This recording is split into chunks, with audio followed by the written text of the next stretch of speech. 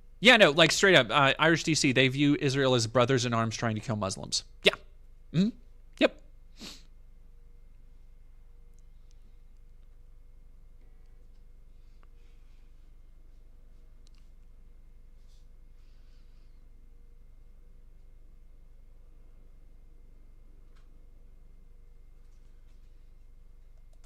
So,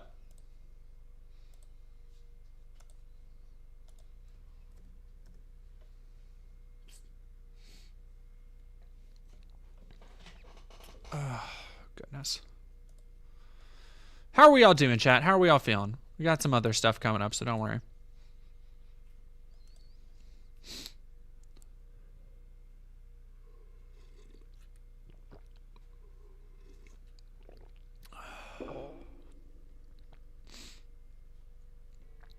Wolfie, I saw the thing about Trump's nephew. But here is the kind of, because there have been a lot of social media stories that aren't really being covered because they can't, they haven't been completely verified. They're just getting shared around. It's a lot of stuff like we saw at the beginning of the war in Palestine. Actually, Kat, how do you feel about AI possibly being used in Call of Duty? Initial reaction, negative. Not good. Nay. But, like, it depends on what it's being used for, right? Because, like, if it's used for procedural generation of certain things, like, if it's like Speed Tree, which for those who don't know, Speed Tree is, like, a massively licensed program, that, like, I guarantee you've watched 100 movies that use Speed Tree and you've never known. Like it is used for completely innocuous films that you wouldn't expect to have green screen to cover up, things that you just wouldn't know. But SpeedTree is a procedurally generated program that generates trees, and it's used in video games to generate lifelike trees and flora. So like, if it's stuff like that, I don't really care. Like if it is something like that creates assets that don't necessarily require a lot of like artistic intent. Like, what a fucking tree looks like. It's not like Call of Duty is going to be like, oh my God, look at this tree, I don't really care. If it's for like, here's AI weapon packs. Fuck that. Fuck this. Yeah, no, SpeedTree is rad. SpeedTree ubiquitous in 3D ever since Elder Scrolls Oblivion. Yeah. It might be for concept art. Don't like it. Nope. Not into it. Not into it. Fuck it. No. Like that's what concept art like. Okay, now you're making me mad. You're getting me. Ugh.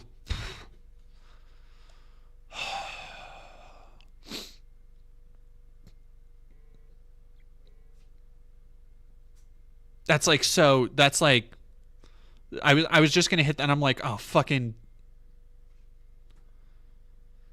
Like, the game industry is in such a dire, terrible state right now, especially after all the Game Informer layoffs. Like, the people who care most about games, the people who actually love games as an art form, not only are they constantly besieged and beset by thankless losers who are always complaining about not having a girl show enough of her tits, or the fact that there's a black person in their games, and they're just fucking melting down and leading harassment and terrorism campaigns over it. Like, not only on one side do game developers have to deal with that, but they have to deal with, which is entirely fucking thankless already, but then they also have to deal with higher-ups who do not give a fuck about the artistic visions that mean so much to so many, that people have dedicated decades of their lives to bringing to life as these creations that people can experience and immerse themselves in, these living, breathing works of art. And that is getting fucking chopped off at the knees in the name of more content. So we can just keep pumping out shit over and over and over. It's just the same shit. And so, like, when you tell me AI generation for concept art, it's like, concept art is so integral to the creative process. For anybody who hasn't, like, worked on a dev team, which I have, concept art is so important to having a creator's vision and having a team come together and be like, well, what do you think about this? And you know what, actually this might look better this way. Or what if the paneling was actually stippled like this? Or what if actually the shield was circular instead of square? Like, so many little things, a 1,000 tiny decisions go into making your favorite characters, making your favorite games and worlds. Shit that you never realize. It's the thing that makes is kind of a shame for if you ever look at, or if you're ever in like Barnes and Noble or something, and you go to, there's always like a kind of concept art or an art book section, and it'll have shit for movies and games and stuff that you're like, who the fuck wants an art book for Batman v Superman? You know, who the fuck wants an art book for Mass Effect Andromeda, right? But no matter how much those products turned out, you know, how lacking they were, when you go and actually look at them and look at how they were created, how they were formed, that is an artistic process, right? Like the iterative process of those characters throughout. And that's something that when I hear, oh, AI generation for concept art, you are taking away the human element of creativity. Let me, you know, hold that thought. I'll be right back.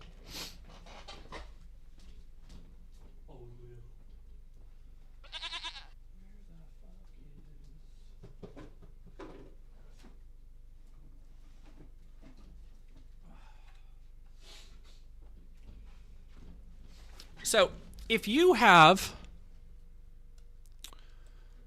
watched my videos on concept art, on the documentaries I've done on game development, where I show off, like my Fear 3 video, where I show off completely unseen, previously unseen concept art that I went and got. Sorry, we're taking a little ADHD break real quick. Wait, you know what? We need this anyway. We need a couple seconds away from this.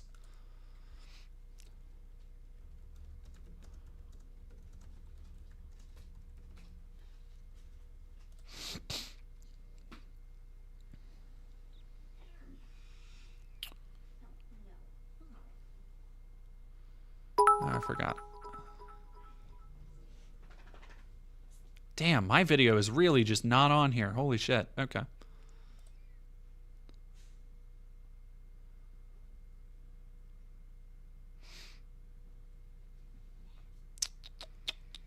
Where is my... No, I want my view my channel. There we go.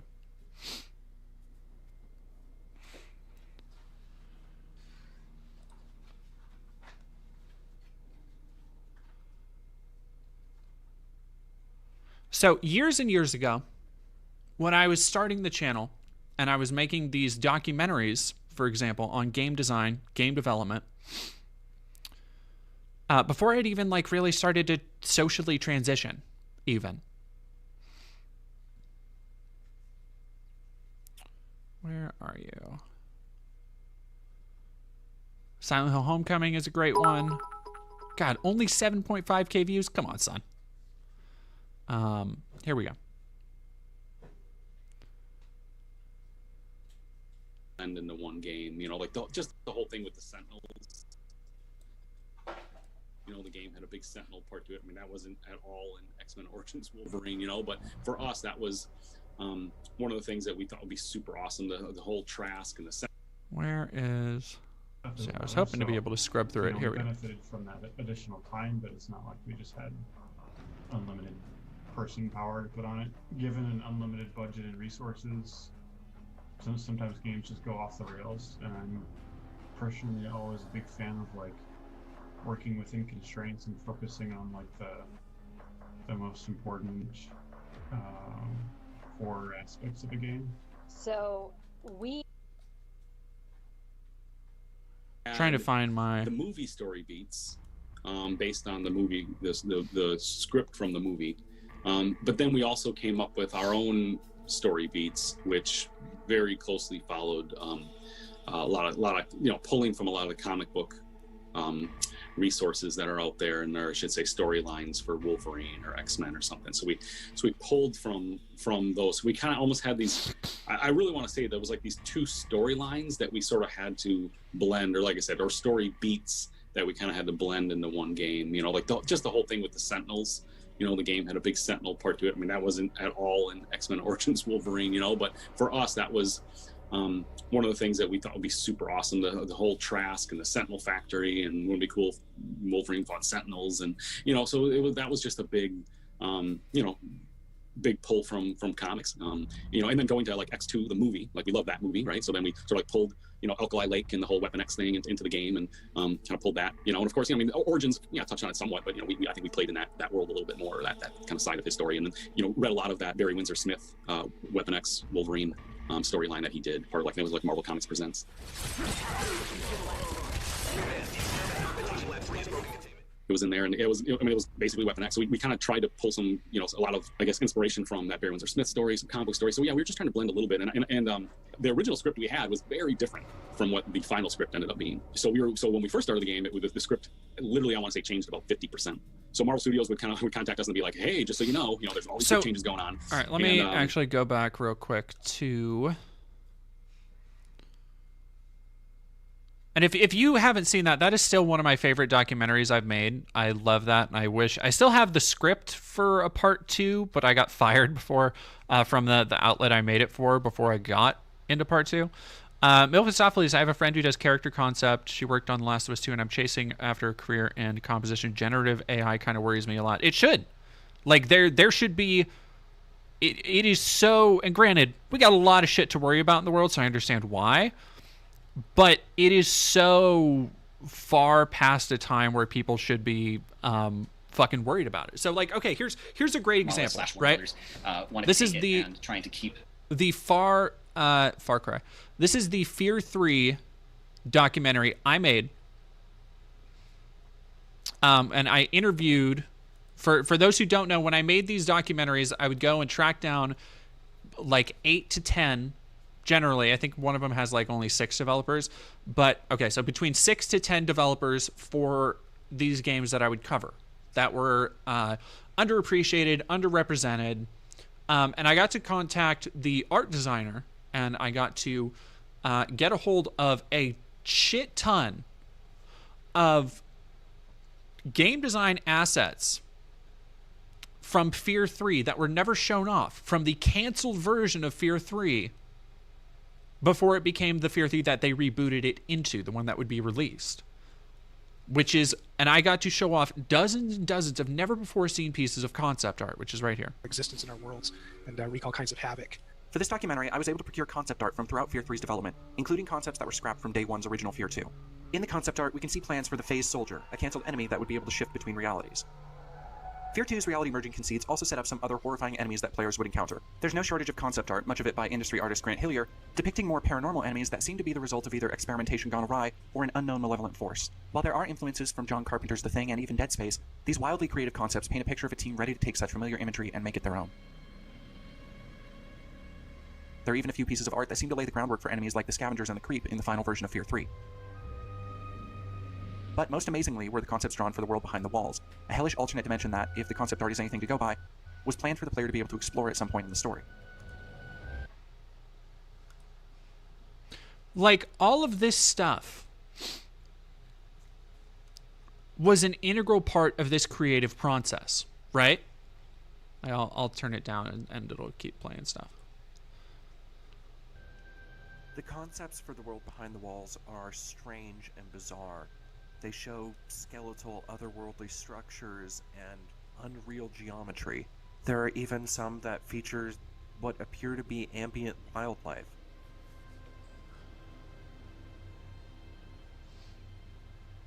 These are bold creative visions, to be sure, and while it's unlikely that Day 1's original vision for Fear 2 would have resulted in something as wild and complex as these landscapes, it's still a bummer to see what might have been and never was.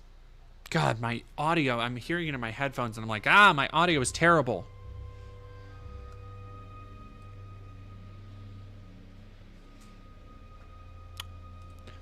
But like, this is exactly If AI had done this, which AI couldn't do this, right? AI could not make these images with this kind of intention, with this kind of surrealness. AI would try to replicate this, and it would just be fucking mush. It would just be meaningless. But instead, these bizarre, amazing pieces of concept art were made. They were intensely crafted. And they are now the only legacy of an artistic effort that dozens and dozens of people spent years of their lives on before it was canceled, ripped out from under them. I brought out, really quick, while we're talking about the industry and shit, one of the books that I got this from a mail order book program. My mom got it for me when I was probably 8 or 9 when I got this. Like, this goes up to Halo 2. And I read through this thing. You can actually see, like, the pages open completely flat. Like, from the middle. The back, the crease on the back of the book is like look at that. Look at that. That's where, right there. I read through this thing like a fucking Bible, dude. Because I was so obsessed with the concept art. I was so ridiculously enamored with all of the bizarre concepts that never came to light. Like, look at these weird fucking, the concepts for the brutes, man. Look at how weird that shit is. This brute has a cyclops eye. Look at all these funky ass, like, different versions of the hunters where they look like Lost Planet mechs. Where's the flood ones? I always liked the flood ones when I was a kid. Look at this fucked up grunt. Look at that. Look at that thing. Like, that was a design for a grunt at some point.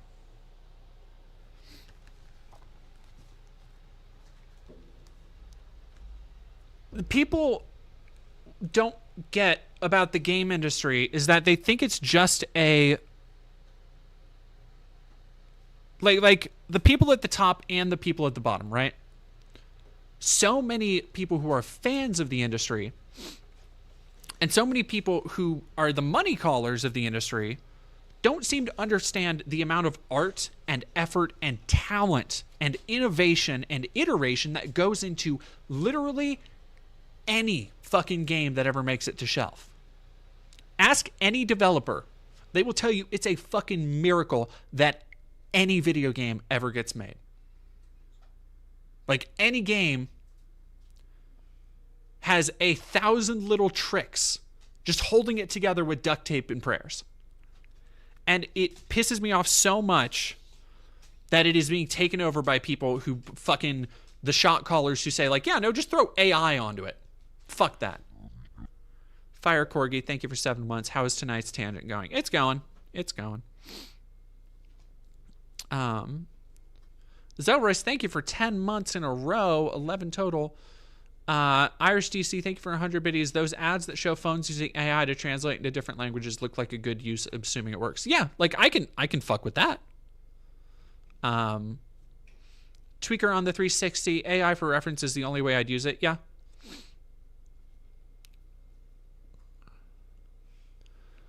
How does Cortana look in the concept art? Give me a second. She's in here too. They have this amazing stuff that was just Bungie exclusive. Like, I've loved these forever.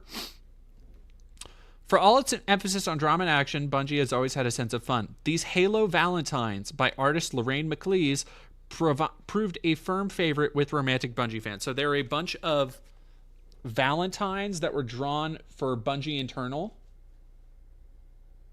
And it has like a cute little anime Cortana.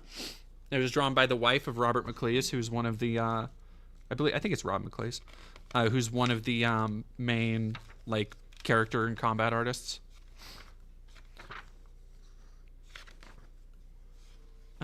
Where is there not Cortana art?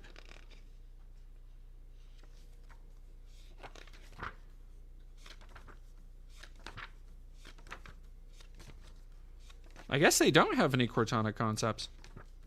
Yeah, because it just goes right to grunts. Weird. Huh. No, it's just like Cortana 1 and Cortana 2. Like it just shows them from Halo 1 and Halo 2. Huh.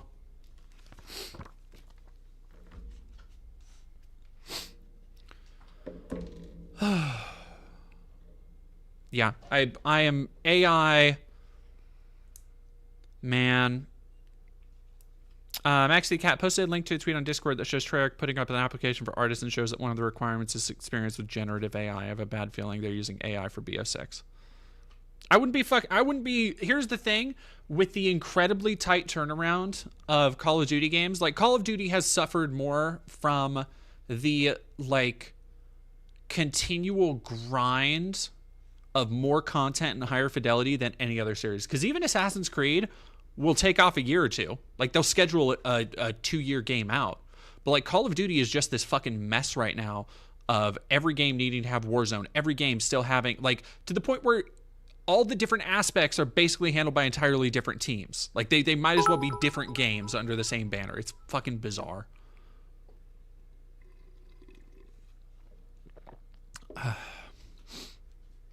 Covered a game called Luminosity. I think you'll love. The artists worked on a TV show, and this is the on EOF. Neat. Yeah, Call of Duty eats every talented studio. EA, Activision, not EA. You're thinking of Battlefield, but like same fucking difference. Like Call of Duty eats, like Toys for Bob made one of the best 3D platformers in a decade with Crash 4. And I'm not even like a big Crash fan, but like Crash 4 fucking whipped so hard, and then they were just like, whoop, you're going down to the Call of Duty Warzone mines now. Hey. Kitchen. Good girl. Yeah, this is where the good dogs aren't. This is where the good dogs aren't. Yeah.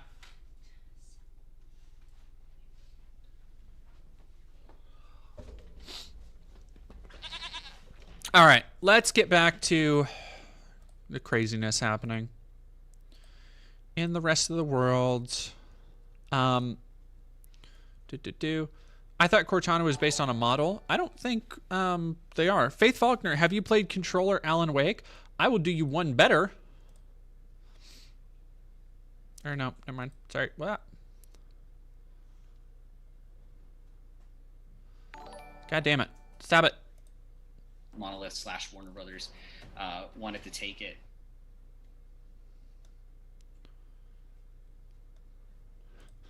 J.K. Rowling has mold brain. If you can tell, I don't put a lot of thought into my stream titles.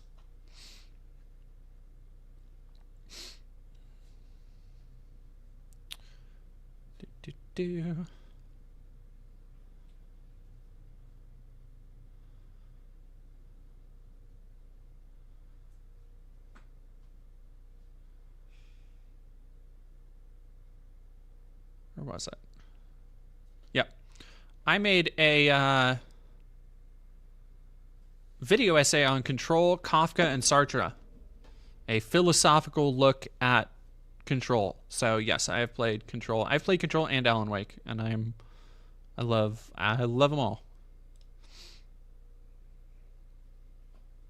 Draconix, remember there was a FIFA game years ago that more or less copy and pasted but forgot to change the year. Yeah, that was, I believe that was on that was a Switch game, I think. Yeah, no, Thumb Warrior. They shut down the studio that made the Tony Hawk 1 and 2 remake and rolled them into Blizzard.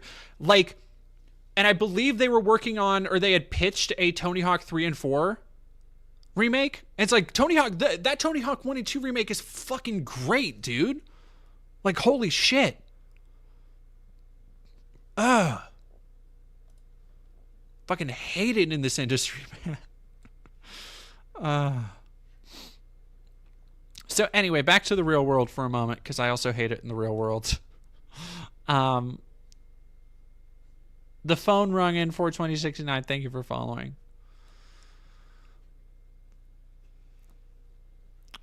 So a lot of people have been talking about, you know, the far right gangs roving who have organized and are having these raids and riots. But it's also,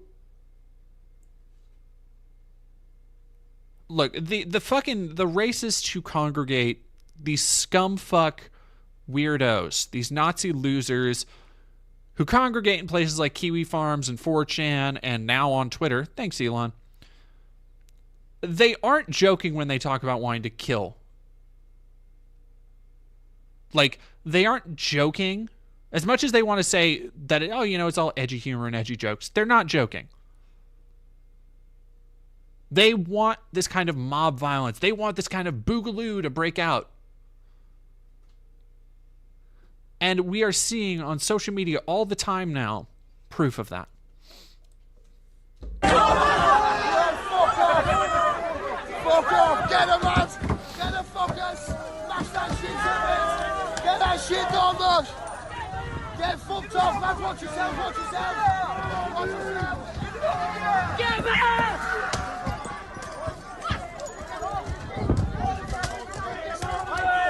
Get them out of it!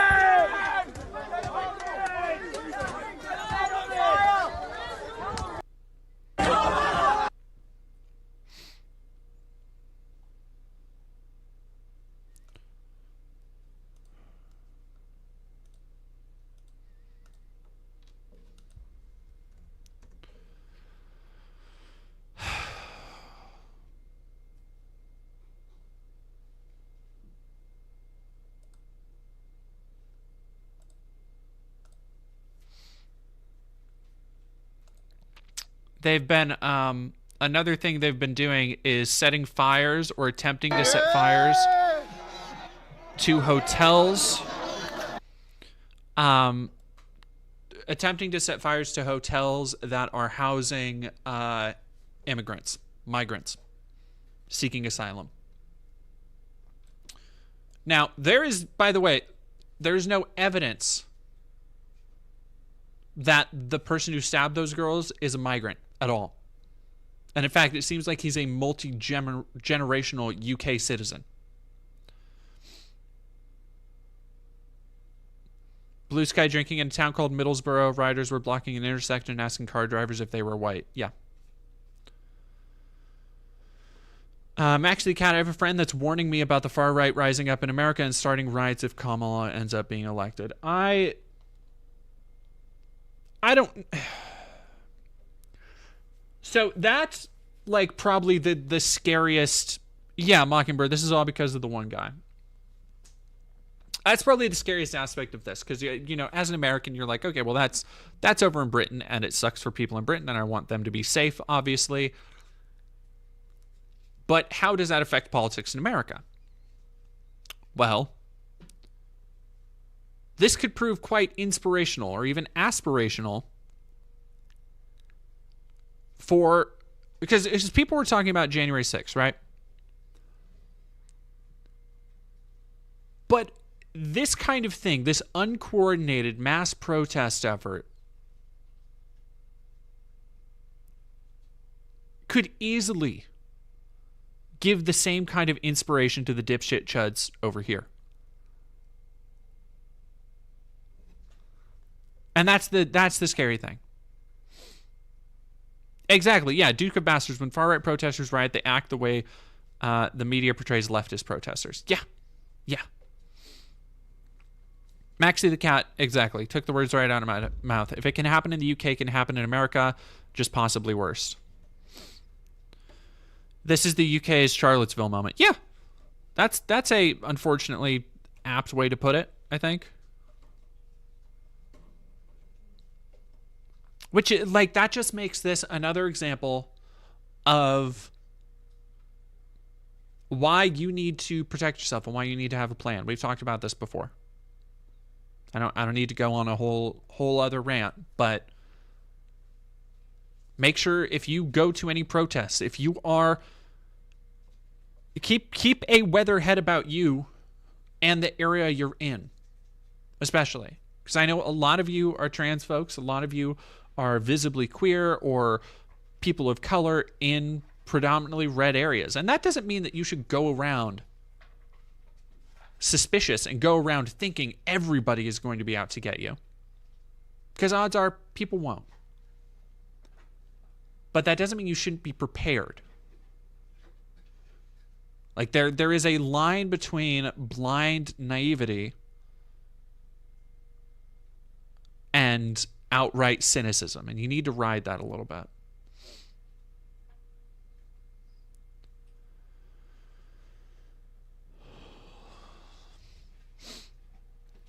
Andromeda 31. Yeah, I went from being very anti-gun to requesting my partner to get one to have at home. And that depends on where you are, right? Like,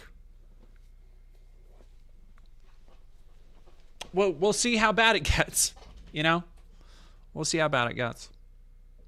Like, I can't go and say, like, oh, hey, everybody should get a gun, because that's not the reality. A spirited corpse and learn first aid, y'all. Yes. Learn first aid and have a first aid bug out bag. Simric, sorry, 8 minutes ago. Thank you for super chatting $2. I thought Cortana was based on a model. I did read that one. And Faith Faulkner, thank you for $5 again. Ahabs, thank you for following.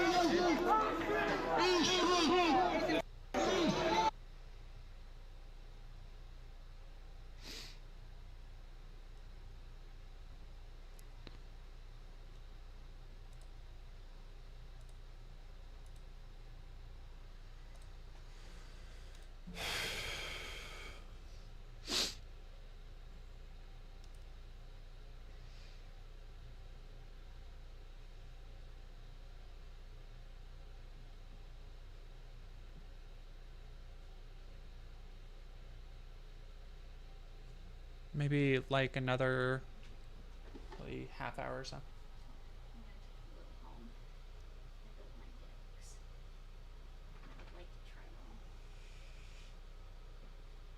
Who are you gonna try them with?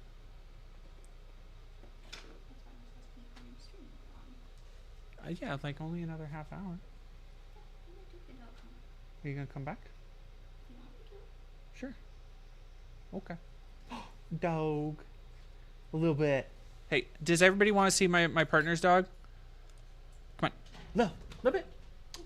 Look. She said, I know we're going, Mama. Look. Little bit. Oh, come here. Said, but Mom, you're going to leave me. Oh, heck. Oh, jeez. Look at this sweet baby. Oh. Ma. Ma. Ready to go. Okay. Ready to go. Yeah. She wants to go.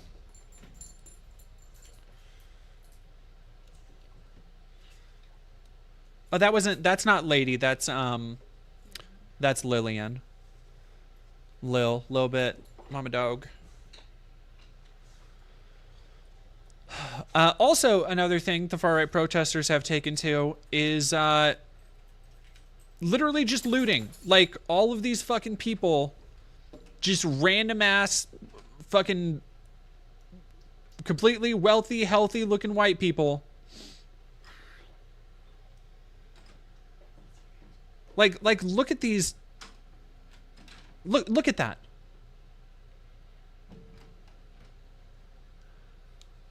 Like,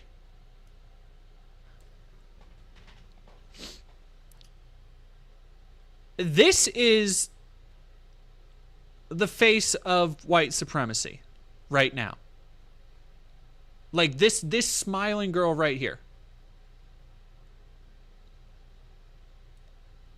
To me. Like, of course, the front What it actually pertains to are the hateful bigots trying to actually kill people. But this is how it's going to present itself, I think, in the coming years.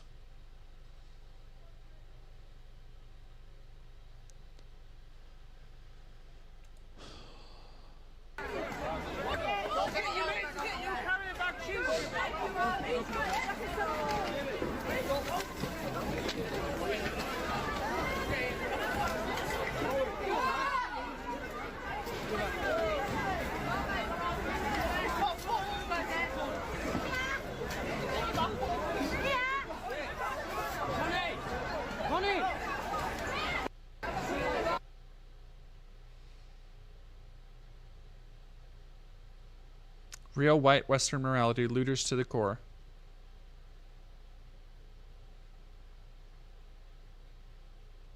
Nothing says let's take our country back from the criminals and immigrants like looting and rioting. All the white people, old, young, women, and children doing the exact thing their ancestors did in Africa and all over the world.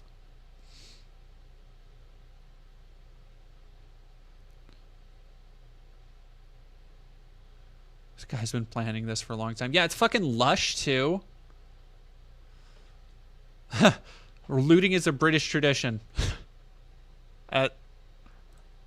He's not wrong. He's not wrong.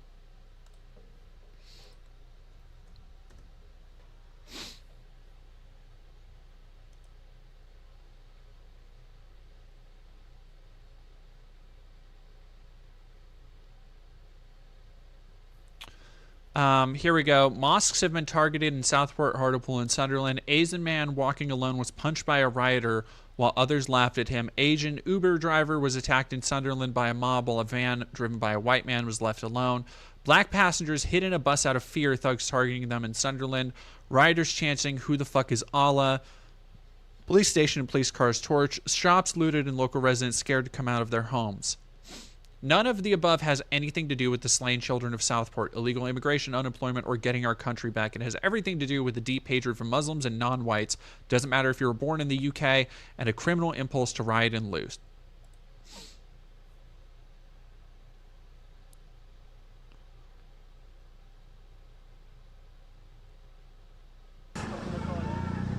Aftermath, that's someone bringing his pen. Oh, this is unfortunate timing for a bro walking down the streets. It's infiltrating. Turn in. Oh, look at that. Are you fucking kidding me? Like, man just fucking minding his own goddamn business. And not only is a crowd gathered around, not doing anything. Fucking hell, as if I caught that. Screen recording? Nah, man, I fucking was.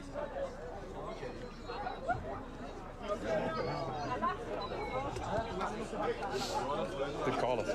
Good call us. He's just been assaulted, that gentleman. Get him on that bike, mate. Get yourself, do yourself a little footprint. Aftermath, that's someone bringing his pen. Oh, this is unfortunate timing for a bro walking down the streets. It's infiltrating. Turn in. Oh, fucking hell, I caught that. Fucking hell, as if I caught that. No, stop it. Fucking Twitter, great app, dude.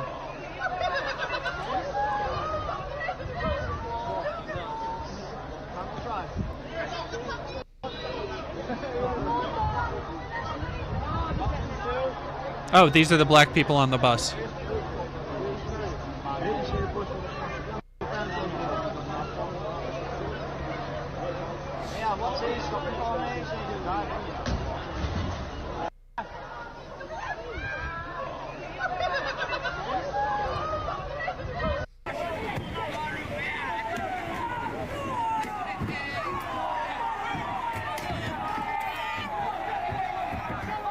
No need for this at all.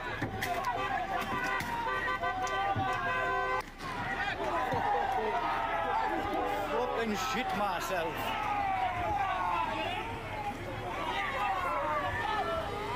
Poor man's taxi.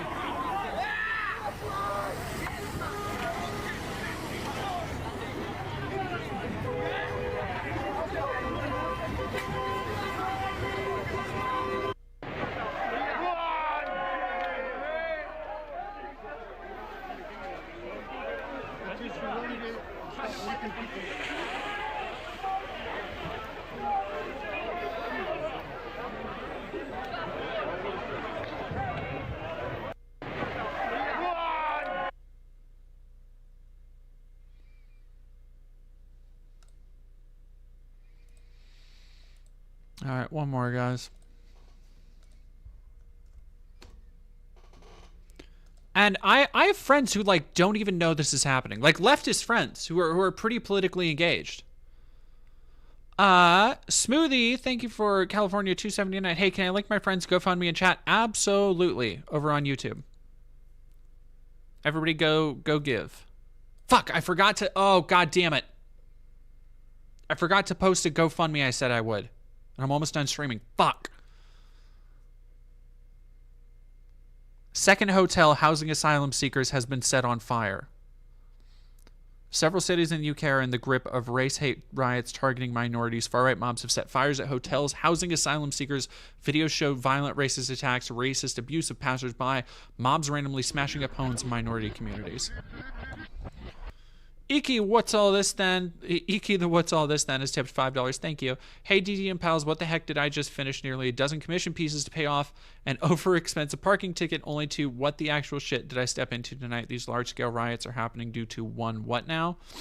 What prompted all this? A 17-year-old killed 3 children in a stabbing spree. And the far right of Britain immediately blamed it on undocumented immigrants. Problem with that, he wasn't undocumented or an immigrant. From what I understand, he was just brown-skinned. But he was UK-born and I believe had been for several generations. But that is all the incitement they apparently needed to go off. Mockingbird, thank you very much for that GoFundMe. If you can pin that in chat, I would appreciate it. Yeah, let's pin that one. That way, people, there's a GoFundMe over on Twitch. If you can go give a couple bucks if you can to help out with some mutual aid.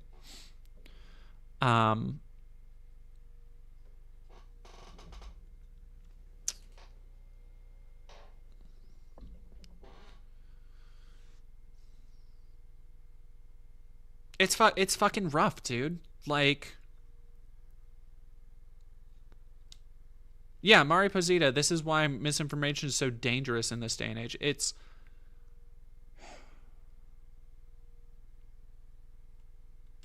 like it has been this year, and especially the last month, like since the Trump shooting, since the RNC, since Kamala. It has felt like such a massive swing from one side to the other, right?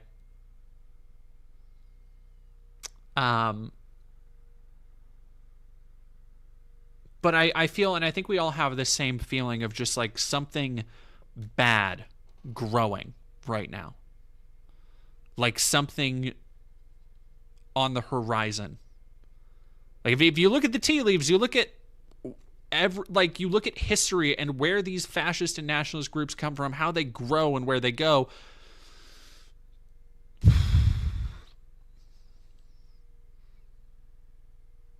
It doesn't look fucking good, dude. Yeah, Metal Luna. I felt like I would agree with you. I felt like this since 2015, but I think it has been like I feel everybody kind of just like knows it's coming to a head, right? Like that's what everybody kind of feels, I think.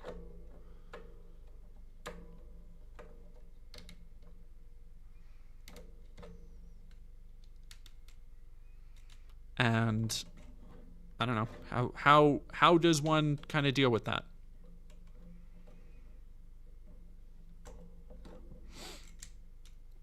I don't know. I wish I had an answer for y'all. It kind of gets harder.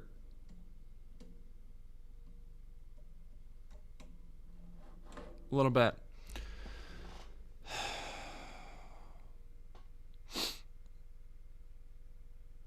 What worries me is more people, yeah, Metaluna, what worries me is more people being on the same page I'm on now.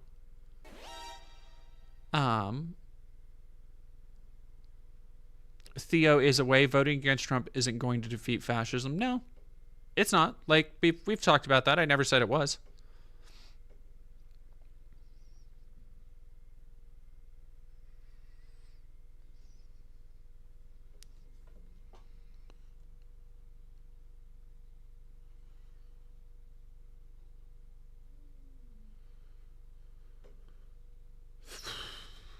Andromeda 31, we are a single match away from World War III. I don't know necessarily about that.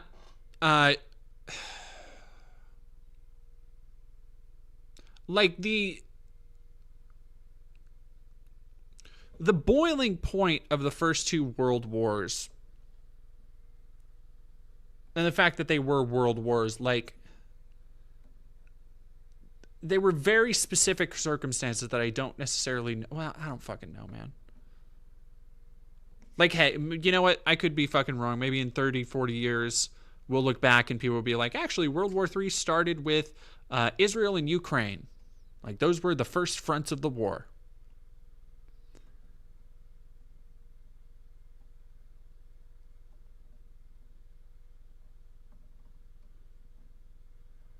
Cactars, then just fucking kill yourselves, Doomers. What?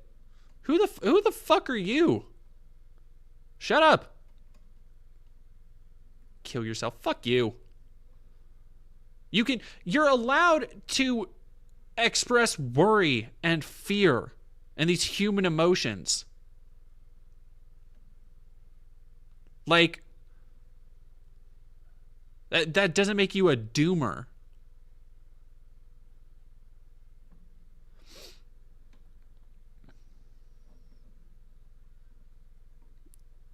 Get out of here with this kill yourself bullshit. What are you, a 4chaner? Yeah, realizing electoralism is useless equals doomerism. Sure.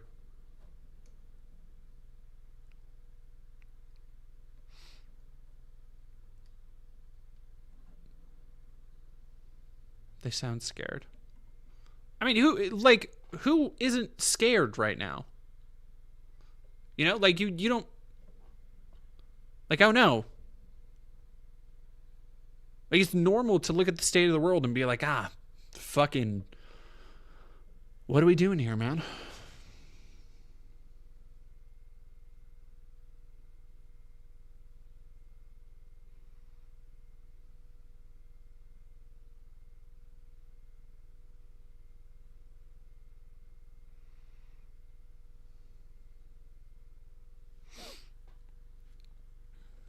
I don't know.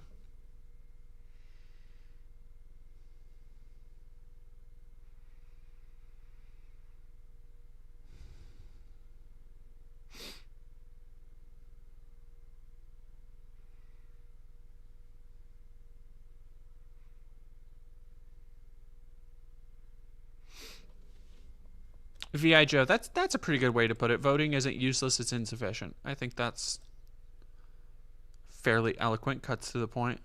I guess they must have left.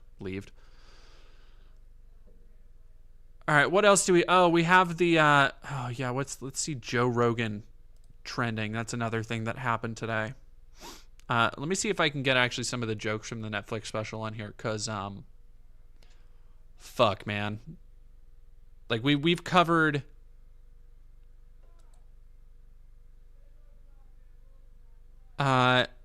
comedy and conservative comedy on here, and this new Joe Rogan special, it looks so fucking fuck awful, dude. Oh man. Yeah, he's about to glaze Elon for sure. Intellectual equivalent of a boy. That's fucking terrible. Let's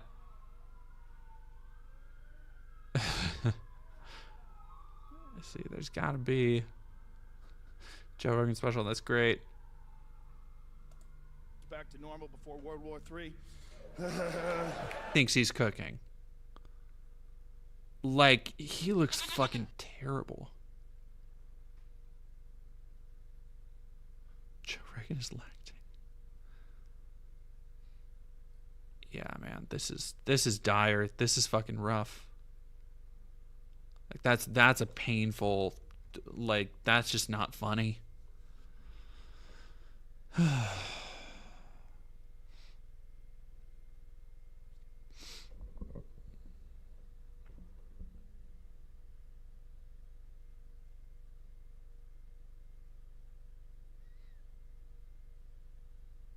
Oh.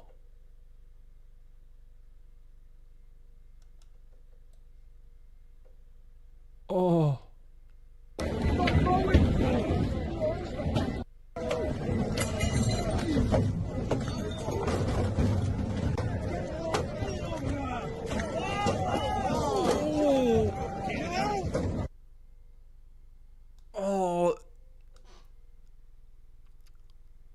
God damn. There's like a sound that you hear that like plap is fucking rough, dude. Like, it wasn't just a brick. I think it was like literally it was like a brick slap. So if you watch the yeah, it was like the side, like it was a plap.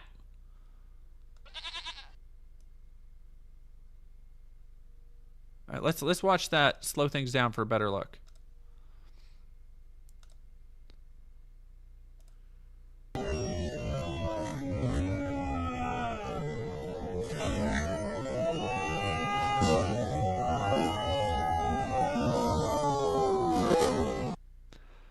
Sounds terrible. That's fucking rough, dude. That's fucking rough. Woo! That's friendly fire too. I think that's fascist friendly fire, right? Dang, his banger got mashed. Yeah, no, that is what I call a bangers and mash for sure.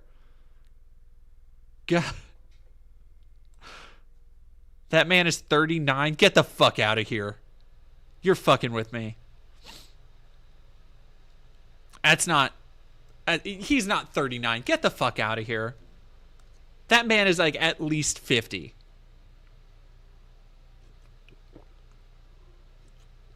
Like, I know we've talked about hate aging you, but like, come on. Like, that's fucking crazy. That's fucking nut. Oh, I mean, that is literally nuts. COVID vaccines, and he hates when dumb people are confident. Yeah. This is the joke that made me kind of low-key, ironically, want to watch the Joe Rogan special. I'm like, male assist. Do you just assume my gender? You just assume my gender? That is a new thing I can say. There's somebody over here sucking off. I watched the Joe Rogan stand-up so I could be offended by something. I just need to know if he addressed the differences in how groups drive. He does have some cheeky observations on airline travel. Great. Fantastic.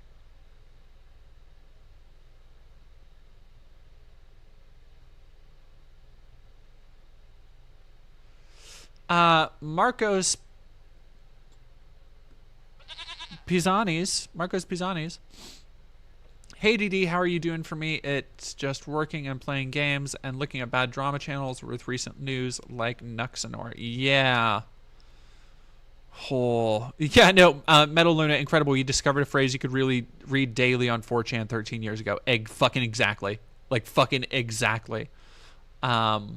Craziness. Actually, I wanted to look at, what did I want to look at? Onision came back. Y'all,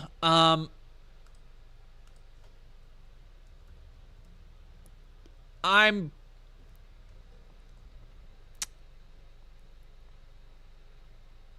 took psychic damage hearing that.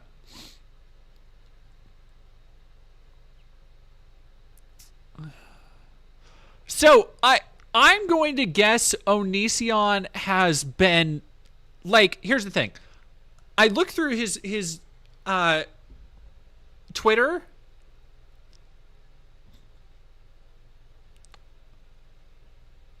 I think he's just been posting nonstop forever. Like, I think just like literally nobody's noticed. And he's still doing, like, the man, how old is he? He's like got to be almost 50, right? Like, he's got to be getting up there. Oh, shit, sorry. 38 years, sorry. 40. Oh, hey, that's me.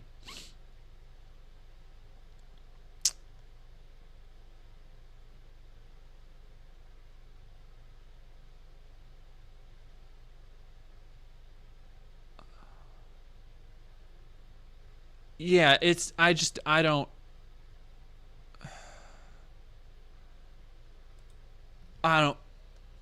He's very late Gen X coded. 100%. 100%. I thought he was older. Yeah. He looks, when you watch some of the, like, look at his shitty AI art. Like, he looks fucking old in this. But he still has, like, the same, like, swooped haircut. Like, he's still rocking, like, the same 2007, 2008, like, emo do. And it looks like it's actually dyed still, too. And yeah, he is a pedophile. And he wants to talk about free will. But here's his latest grift. Right? He is claiming, I believe, that somebody he abused actually abused and raped him. Like, if people don't remember Onision, I don't fucking blame you. But he's a legitimate, like, reprehensible, awful fucking person.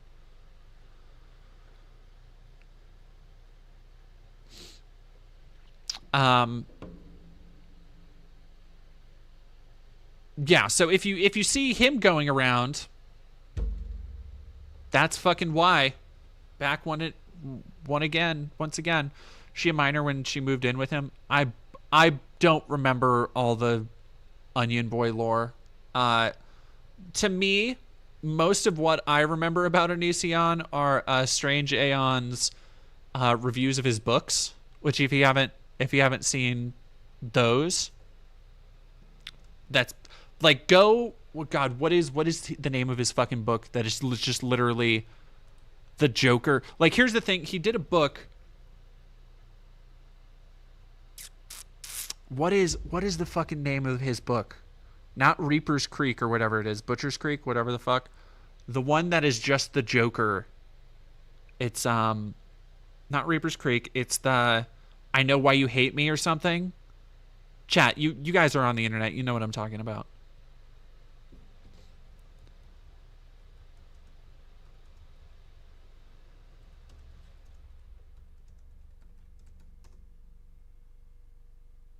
This is why I hate you. Now,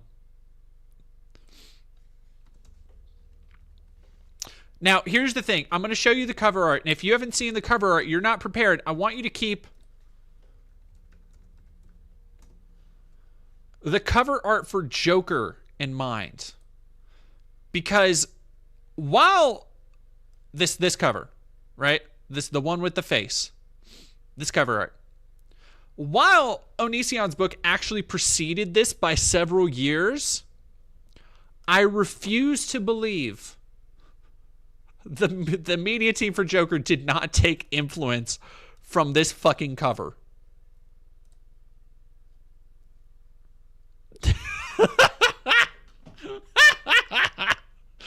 Oh my God.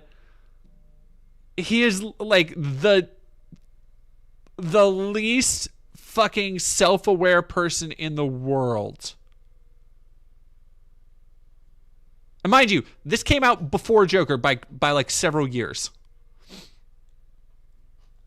And I think this is the book where his obvious self-insert character gets superpowers and is like a god. I think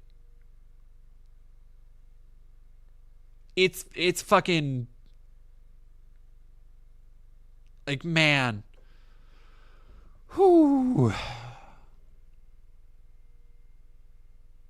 That is Yenzo. He's a predator and also does a whole lot of child neglect, like letting his then 2-year-old daughter fall out of a window and had her head make impact with the concrete driveway. Yeah.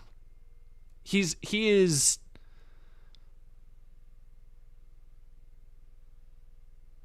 I remember this. Is this one of the stories he did where he defeated God and changed the world to where women and girls have teeth on their vaginas?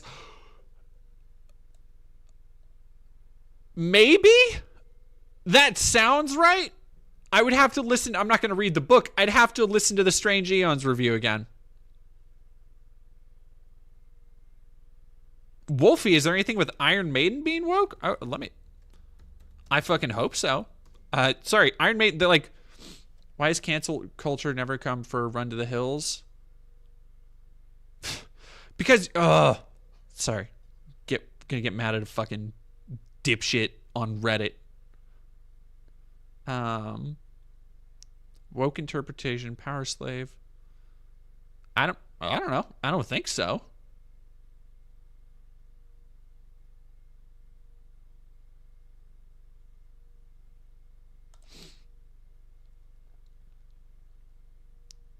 There's one thing Iron Maiden will never do. That's funk.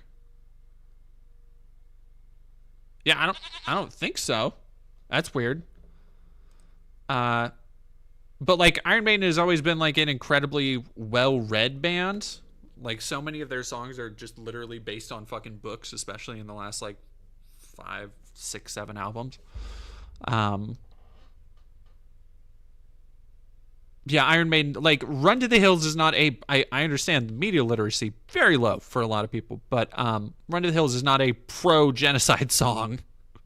Like you're not supposed to be like, oh yeah, that's like awesome. One Metallica song where they sing about fucking schoolgirls and goats. What? What song are you thinking of?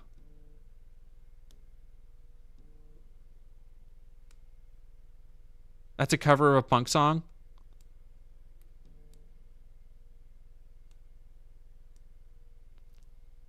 Prompting him to go on about them more when he hears stuff. That is, Wolfie, that is so bizarre. Kiss is, I cannot imagine Gene Simmons jumping on the woke train either. Like, Kiss is not, no, like, what?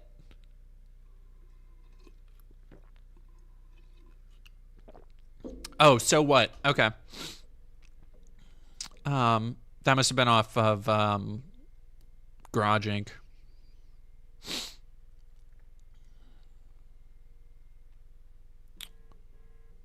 This is a great cover album, by the way. I kind of want, I really like the Spaghetti Incident too. Guns N' Roses cover album from kind of same time in the 90s. I fucking wish more metal bands did cover albums that's just like, here's a bunch of songs that inspired us, and probably what I believe they were, at least for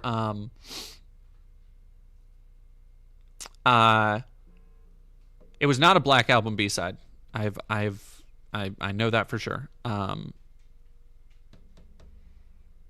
like the songs that I believe for some of those were the songs that like Metallica or Guns N' Roses would play to like pad out their sets when they were first getting started. Because like when you go back especially and listen to like Kill 'Em All, you can very clearly hear like the Motorhead influence. It's like, it's fucking crazy the Motorhead influence they had there, especially with like Hit the Lights. Yeah,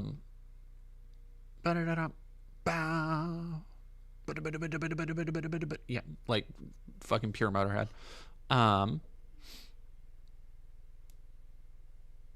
Okay. Garage Days EP, B-side to Sad But True, then... Okay, I gotcha.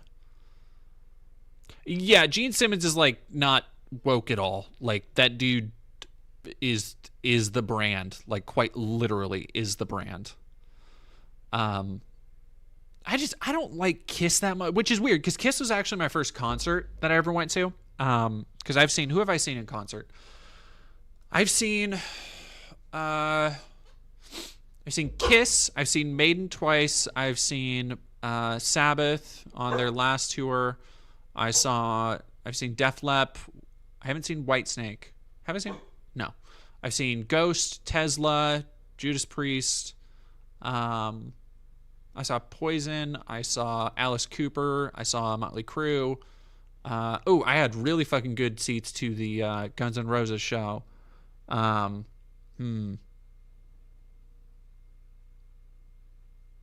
trying to think of other ones I've seen.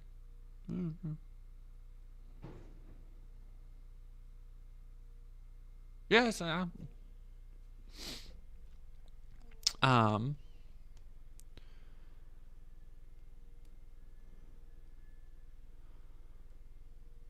Overkill did a covers album called Coverkill in '99. Pretty good for the time. Hell yeah. I'm seeing Wasp finally after so they were Wasp was touring last year and something happened. Blackie Lawless got a slip disc in his back and obviously couldn't tour anymore, so they rescheduled, and so I just became aware that tickets for the new show are going on in November. So I've heard not great things about that show, but I cannot, high school me would never forgive adult me if I did not fucking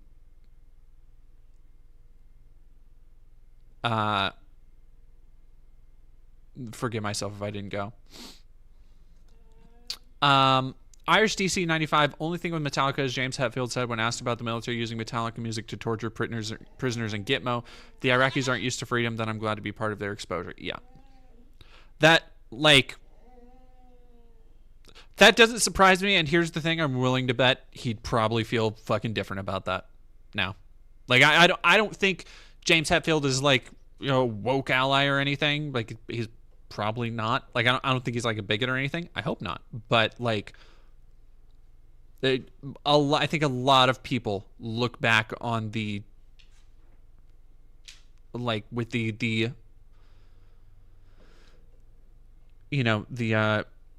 cognizance of time and distance from those events. A lot of people look back on the early 2000s just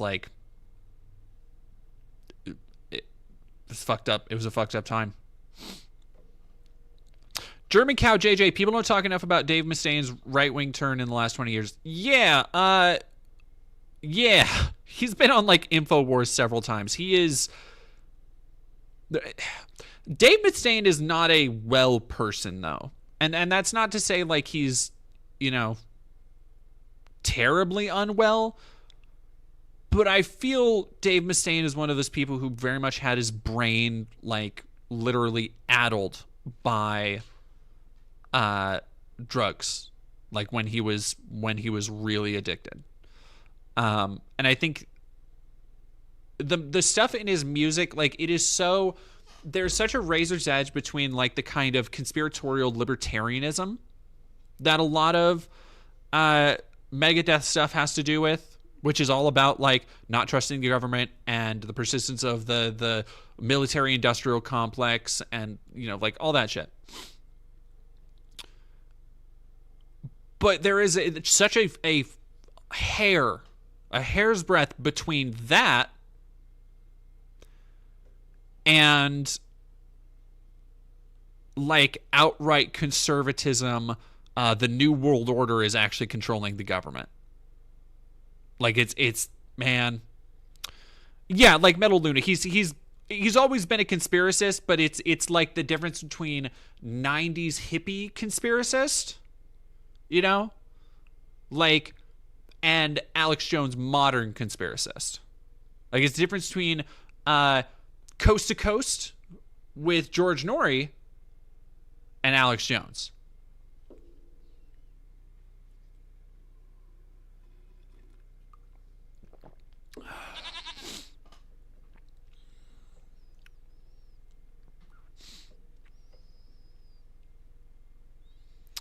Yeah, and German Cow JJ, like God, there was one. Oh no, you know what? It wasn't Megadeth. It was the most recent fucking Disturbed album that I didn't even fucking finish it. Like I didn't even finish, and I like a lot of Disturbed stuff, because they were like, you know, one of the bands I listened to in high school and middle school, and I don't like Disturbed as much as like, I feel like from that era, I think Slipknot is kind of like the best band. Like if you're holding up like a new metal band, I think Slipknot is like pretty fucking up there with like Linkin Park. But I have a nostalgia for Disturbed. But like, man, yeah, no, and then the Uber Zionist shit like came out where fucking David Draymond is signing missiles and shit. But like their last album that they put out, it was like a year or two ago. Fuck man, that album is so, it's just like the most old man yells at cloud, like making songs about like wokeness and COVID. It's so fucking awful. It's so fucking dog shit, man. Yeah.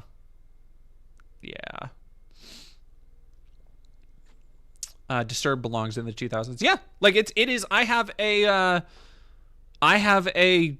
new metal playlist that is just like it's 2000 stuff. It's like Flyleaf and shit. It's like people clown on a lot of new metal like Limp Bizkit and Static X and all that shit, but like there's a lot of fucking, I think Linkin Park really embodies the best of that era of music, because they were one of the only ones to really successfully blend like not just the stylistic aspects of hip hop, but the production aspects of hip hop, which is something I think a lot of other bands struggled to do.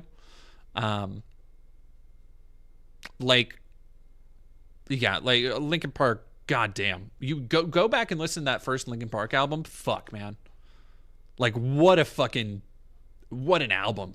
Like, and so much of it has to do with Chester's like voice. They truly, literally, you can't, like, it's just one of those bands that like it would take a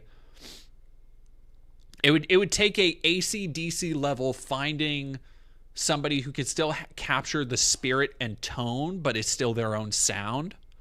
You know, you're talking like AC/DC, you're talking like Black Sabbath going Dio to Ozzy, but still being able to match level of transference there that, you know, obviously Linkin Park is not going to do at this point. But yeah.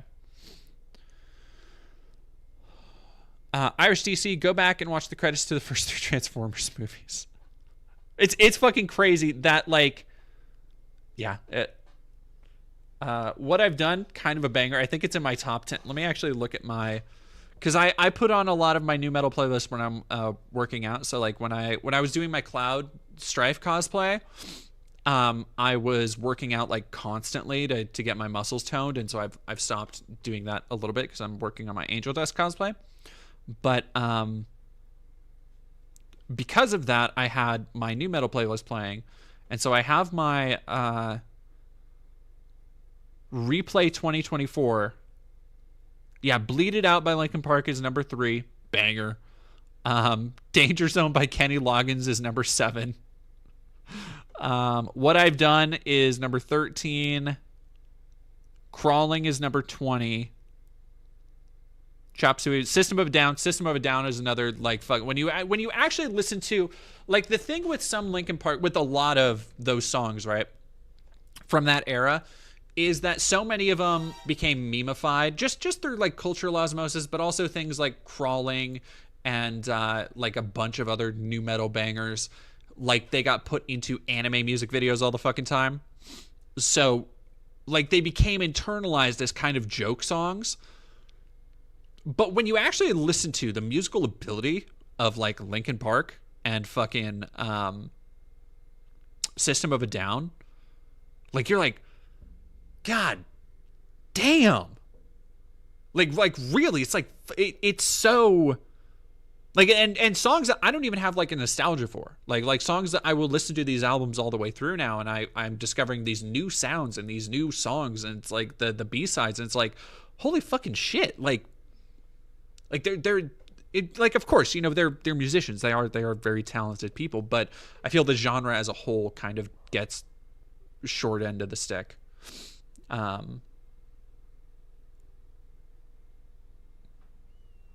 Yeah, Ozfest at the turn of the century definitely helped those bands get traction too. And I think there's a lot of interesting things happening in metal today. Like I listen to a ton of I just go down probably every 3 months or so. I go down along iTunes and just check out what's come out, and I usually like listen to a little bit of one song, seeing if it's my thing. If it's just like pure black metal, it's not really my bag. Like I can appreciate some good shit. Like, and I like some. It's not like the vocals that puts me off. It's how much of it is actual music versus like noise. You know. Like there's Zoth, ZOTH was a band I actually got. They came through here and I got to see them at a local venue, and they're fucking rad, and they're hardcore as hell. Murloc is another one. People have probably seen my Murloc shirt. I think I've worn it on stream. But like there's such a wide variety, because when you go down metal, you can't just judge based on cover art anymore, because it could be something like fucking King Woman, which is great, but it's like more of like kind of a like ambient industrial thing. Or you could get something like Zeal and Ardor, which, by the way, if you haven't listened to Zeal and Ardor, if you like metal and you haven't listened to Zeal and Ardor, you're missing the fuck out. Missing the fuck out. Like all right, I'm gonna educate y'all. We're gonna go down, taking y'all to school, getting the bus.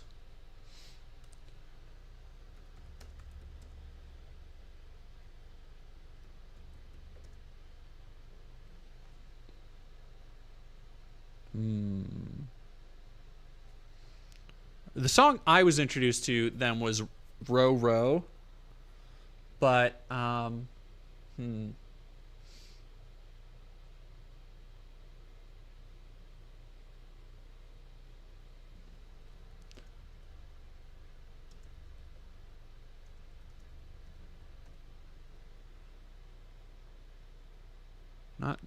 Calm On Down. Yep.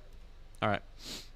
Oh, Blood in the River's so good too. So Zeal and Ardor is a black metal. So they infuse black metal with like Southern spirituals. And it is fucking... I've been hooked on them ever since, like probably 4 or 5 years now. I've been ride or die. Everything they touch is fucking phenomenal. Phenomenal. So I'm gonna show y'all some of it. I'll just cut this into copyright.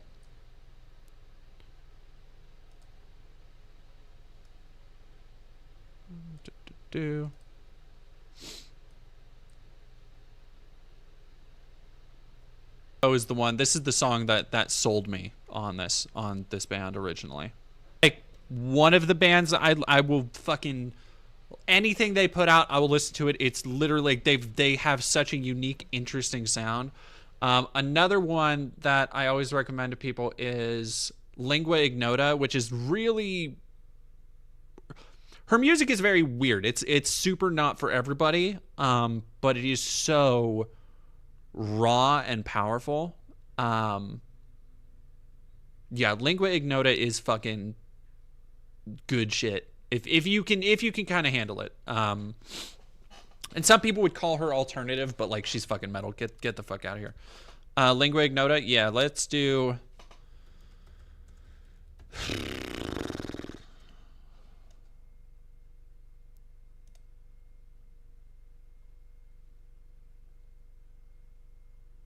yeah, because it's 10 minutes long. All of her like own instrumentation too.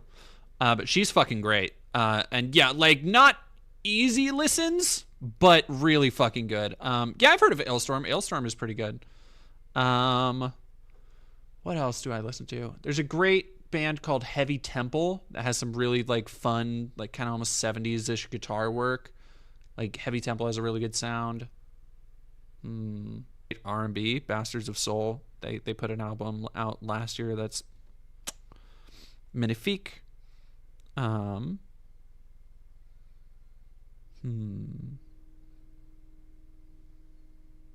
the fuck is that? Now it's gonna bother me now if I don't get the goddamn Chelsea Wolfe, of course, super. Christian Mistress, really good. Like they have more of like a hard rock sound, but they're pretty metally. Christian Mistress is pretty good.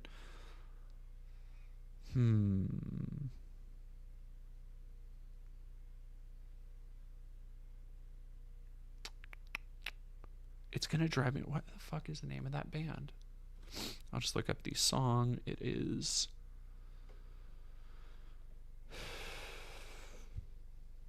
Bad Waitress. Bad Waitress is a kick-ass like punk metal somewhere in there band. Bad Waitress is rad. Junah, DJUNAH, has some good shit.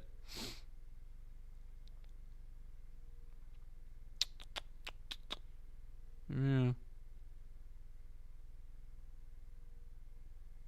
The one problem is that if I download something and I like it, like when I'm going and just adding shit, I just listen to that. And so there's a bunch of stuff in here that I don't listen to, or I'll download and be like, oh fuck, I should listen to more of that. Like Reuben James, I think, is one that I downloaded that was like, and I went back and listened to it recently. And I'm like, oh fuck, he's so good. Right. Thoughts on Merciful Fate or King Diamond? I like Merciful Fate. I like King Diamond. Like they're alright. They're alright.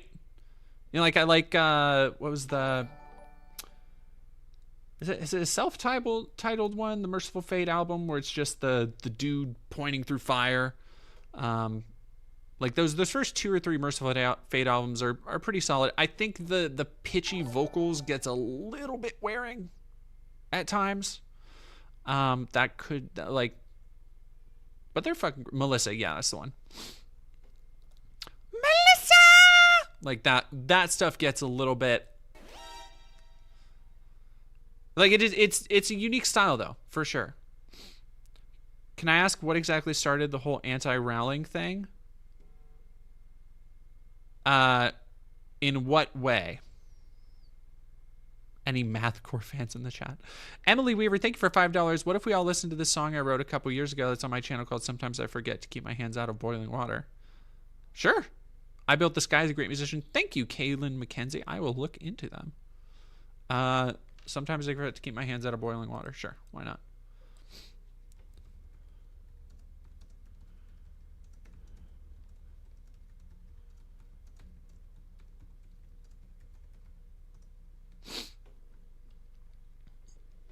Yeah, like the transphobia. Like I don't. Holocaust revisionism. There's a couple things. You could share your recommendations on the music channel in Discord. Oh yeah, I could probably do that. Oh hell yeah.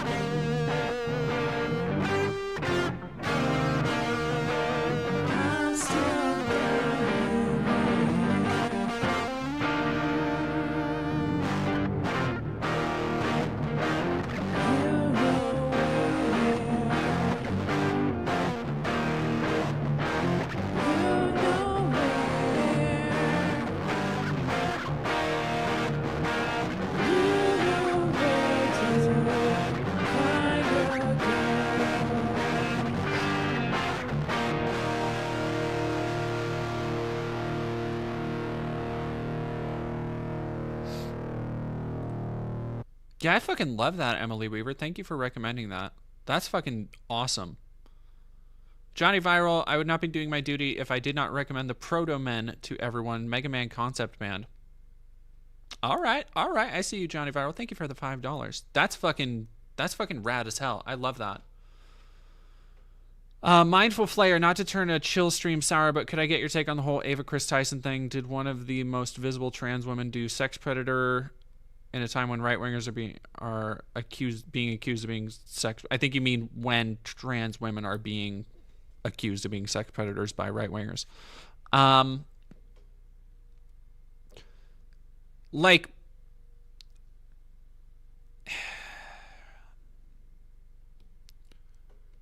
yes and no. The thing that went viral, and here's a great example of how you know people don't actually give a fuck about any victims, right?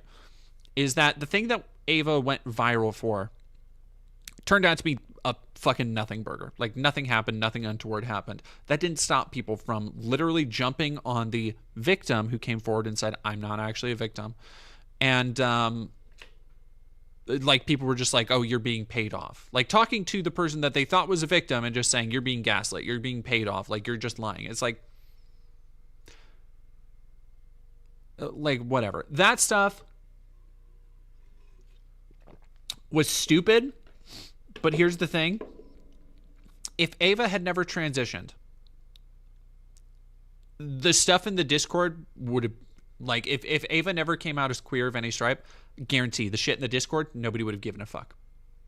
It would have been chalked up to locker room talk. It would have been chalked up to just guys palling around, making inappropriate jokes with a kid present, which is regrettable, but guys. I mean, the Shadman stuff, so not really. The Shadman stuff was more damning because people wanted it to be all of a sudden. Ava has actually acknowledged and repeated for that. Her sister said it was just a fetish, so that happened. Her sister also sounds like a piece of shit, if I'm being real. Like, her in that statement, which I did see, her sister, like, completely misgendered her. Like, fucking, like, in the grossest way possible. Which is like, sorry, you don't go that far into a transition for just a fetish. That, like, those people are called sissies. Like, they don't transition. So, like, no. However, I would be not doing my due diligence if I didn't bring up the fact that, yes, she had, apparently, allegedly, from somebody's account,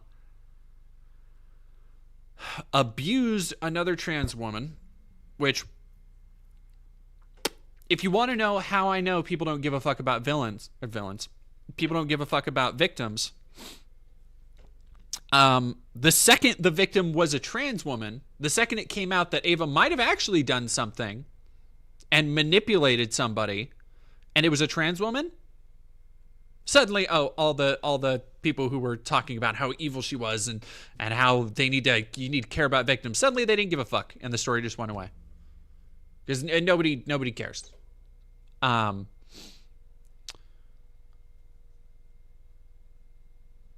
Wait, she does. I just wanted to point out that her sister also said that, like, you're saying she stole your clothes and yet you're not going into that more.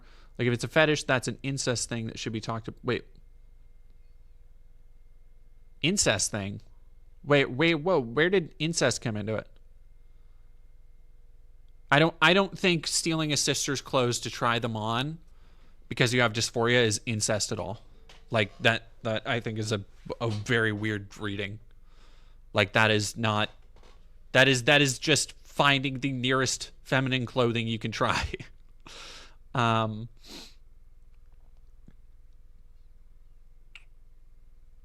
Yeah, so, like, allegedly, by somebody's account, which I am inclined to believe them,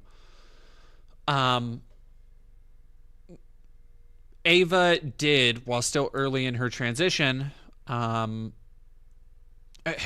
isn't the right word, because I think that implies, like, some kind of age dynamic, and the person was, like, completely an adult in their 20s. But she I would say sexually manipulated somebody for like sex, basically used her and then just like stopped contacting her. Now, the problem I have with that story is that is incredibly shitty and awful. And like manipulation can be a form of abuse for sure. Just like literally just using somebody, throwing them away is fucking horrendous, and people should like answer for that. The thing is, the way it was portrayed by a lot of people, it was portrayed as sexual abuse, like saying I was sexually abused by Ava Tyson.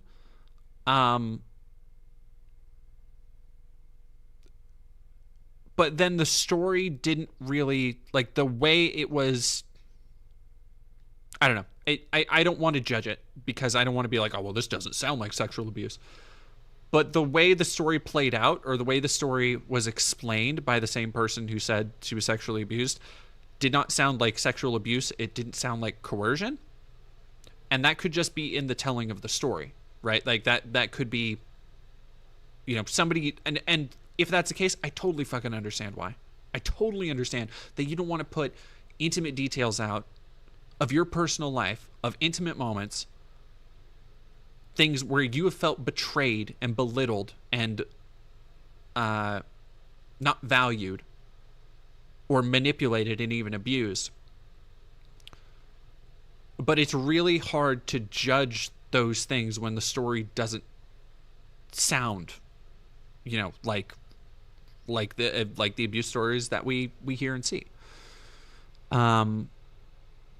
The woman who manipulated me and used me for sex did not sexually abuse me. She emotionally abused me. Yeah, I think that is closer to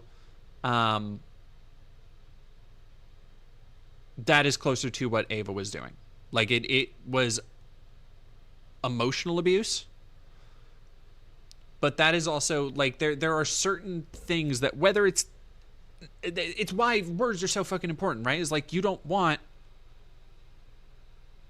to call something it's not, especially if it summons to mind something else. Like if you say aggravated assault of somebody, that conjures an image in your head of like somebody just beating the shit out of someone else, right? But you could get aggravated assault charges if you throw something at a cop. If you throw a cup at a cop, right? You could get aggravated assault. Even though if you say, I got aggravated assault for a cop, it conjures a different image up here, right? Which, yeah, sorry. It probably sounds like I'm tiptoeing around a lot of language because I don't want to. I have to be very careful about how I say this because I don't want anything misconstrued. I don't want it to sound like, oh, suddenly, like, I don't believe survivors because of Ava. It's like, no. I do believe something untoward happened, and I do believe it was fucking shitty. And like, if not borderline abusive, then outright emotionally manipulative and abusive.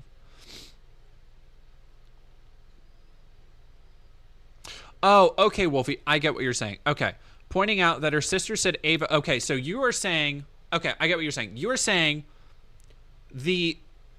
Yeah, I don't want to be clipped out of context, too.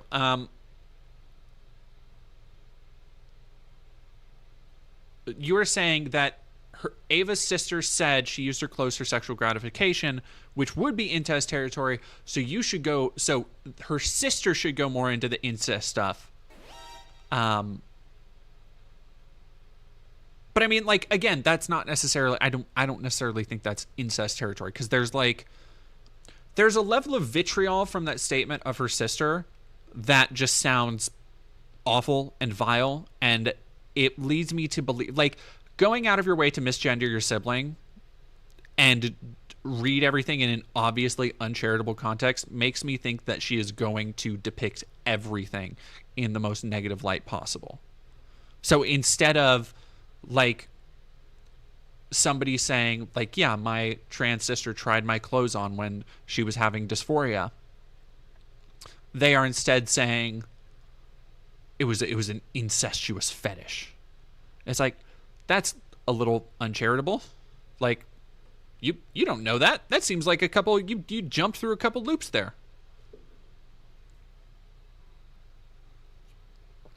Like, and it's, you know, like, it's one thing to try clothes on, yeah, and have, like, to find yourself attractive and feel comfortable in your body for the first time. Cis people don't get that. Generally.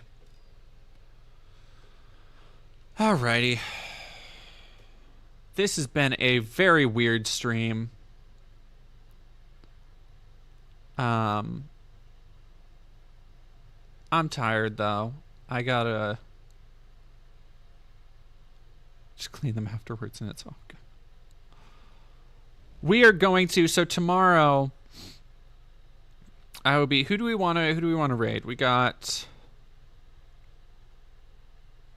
I guess we don't have a lot of people.